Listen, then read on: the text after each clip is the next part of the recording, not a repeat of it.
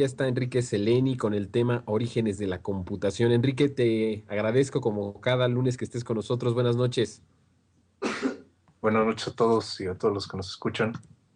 Adelante con tu tema, Enrique. Eh, bueno, la computación es algo que, digamos, podemos pensar que es bastante reciente, que data de los 80 cuando se popularizaron las computadoras personales, o de los 50 cuando empezaron bueno, se crearon las primeras que eran muy grandes y demás. Pero sucede que si trazamos la historia así de la computación, eh, es tan antigua que nos data de los tiempos de la antigua Grecia. Sucede que allá por el año 1900 hallaron un barco hundido cerca de la isla de Antiquitera.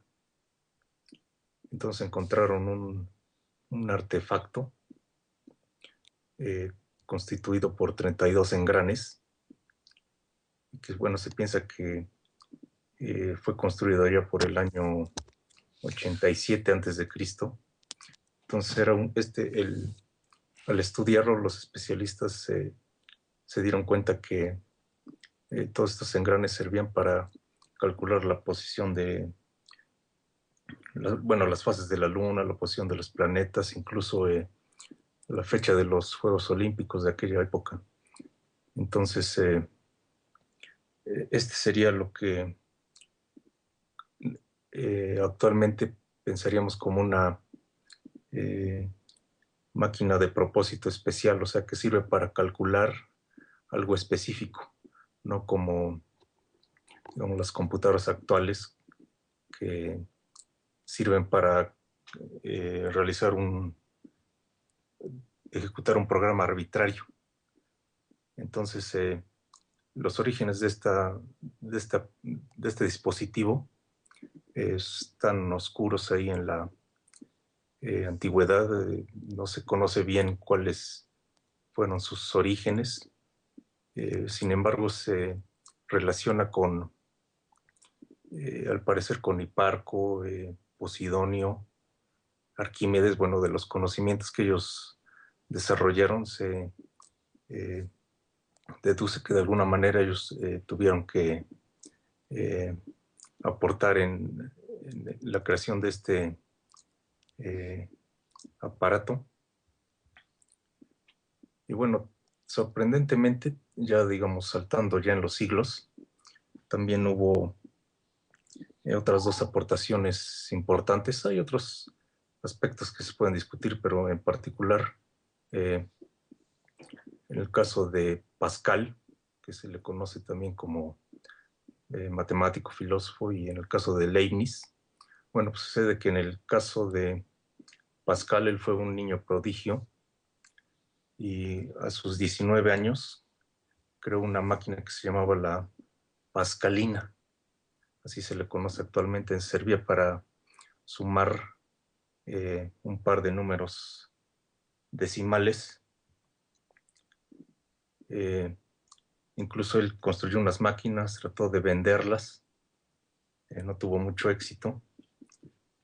Eh, Después, con los años, Leibniz también construyó una máquina eh, que incluso ya podía hacer raíces cuadradas.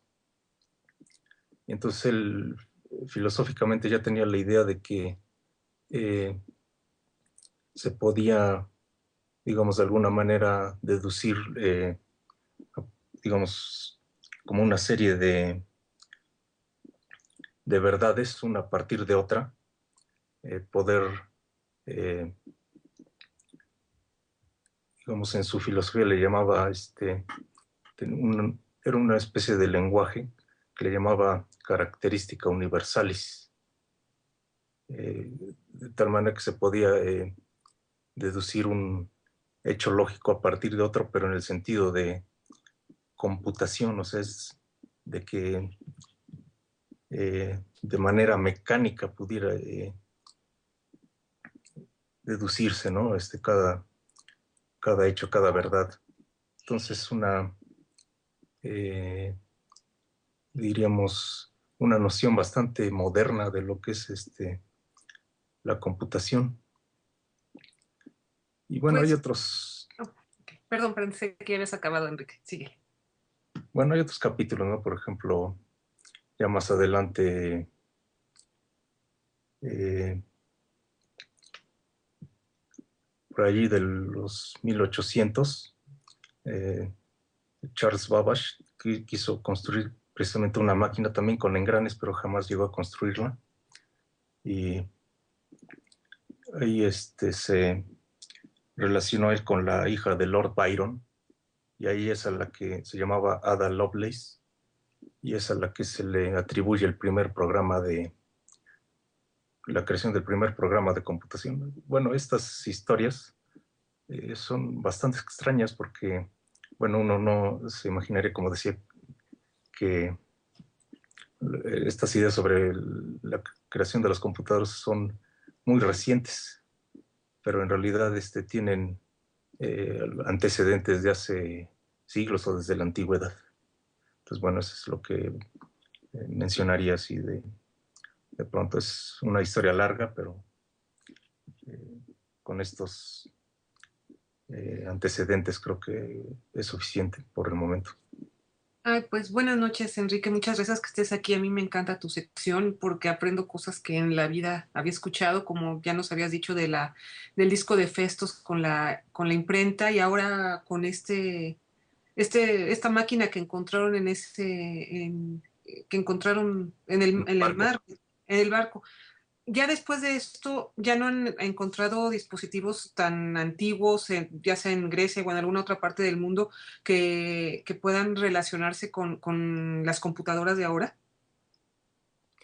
Eh, bueno, no, ese fue algo bastante fortuito y algo eh, bastante extraño porque es el único que se conoce. Después, durante los siglos que transcurrieron hasta por ahí de los 1600, pues no se conoce ningún aparato de complejidad comparable a este dispositivo. Si quieren pueden googlear Antiquitera y pueden ver así unas imágenes, o Pascalina, del caso de Pascal. Entonces, pues no se conoce algún otro de, pues de esa complejidad, ¿no?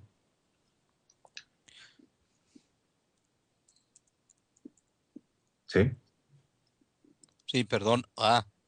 Enrique, sí. hablabas de que estas máquinas de cálculo que se llaman de propósito especial Uh-huh. y así se le puede catalogar a las actuales computadoras como tal, es decir, cualquier dispositivo que tenga como el cálculo numérico como como razón se le llama de esta forma. No, de cálculo particular especiales se refiere a que solo hacen una sola operación, un solo tipo de operación, resuelven un solo tipo de problema. Las computadoras actuales, digamos, resuelven se le puede programar cualquier tipo de algoritmo. O sea, uno instala un programa del tipo que sea y la máquina, el procesador es capaz de realizar esas operaciones. Entonces, digamos, la formulación de las máquinas de propósito, bueno, se le llama computadora universal a las máquinas actuales. Su fundamento teórico viene de finales de los 30. Fue debido a Alan Turing. Entonces, las Ah, es la computadoras... máquina de Turing famosa. Ajá, sí. Es Eso que fue sí era una máquina como tal. más bien esa es una máquina, digamos, teórica. O Ah, sea, sí, porque ya tenía esa confusión. ¿Nos podrías decir ya en lo que quede tiempo un poquito acercarnos a la máquina de Turing que también, aunque no antiguo, vendría a ser algún antecedente del ciberespacio? eh, la máquina de Turing es algo muy simple, es la idealización mínima de una computadora. Es decir, que, digamos, uno tiene una cabeza lectora con una cinta que tiene unos y ceros, entonces la cabeza va leyendo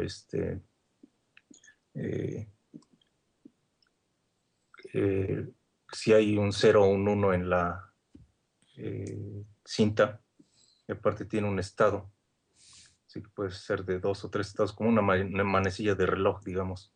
Ok. Entonces Alan Turing fue capaz de demostrar que esta máquina mínima se le puede realizar, digamos, cualquier tarea computacional.